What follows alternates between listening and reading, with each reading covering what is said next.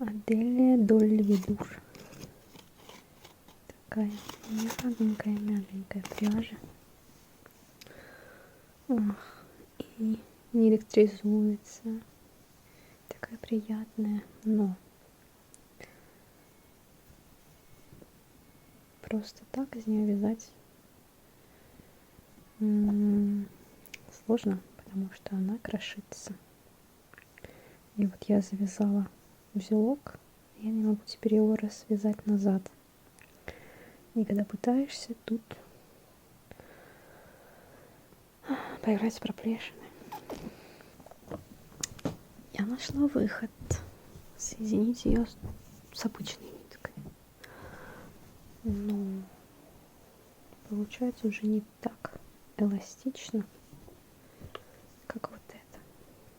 Прям тряпочка струящаяся. А это уже полотно.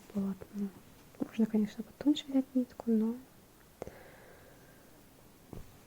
все равно будет плотно. Ну и плюс, даже если подобрать цвет, нитку, то как-то не так выглядит.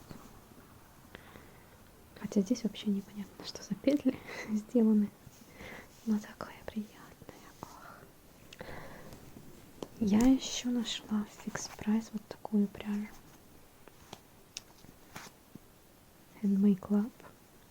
И она просто под таким брендом разная есть. Но это тоже мягкая, но, по-моему, она не так крошится. Она состоит из 3 ниточек скрученных. Вот таких.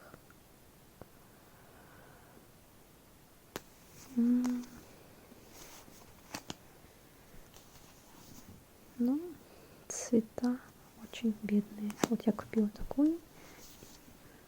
Вроде она серая, но с сиреневатым оттенком. И еще купила светло-серую. И были еще какие-то то ли горчичные, но в общем не очень симпатичные цвета. Как это, например.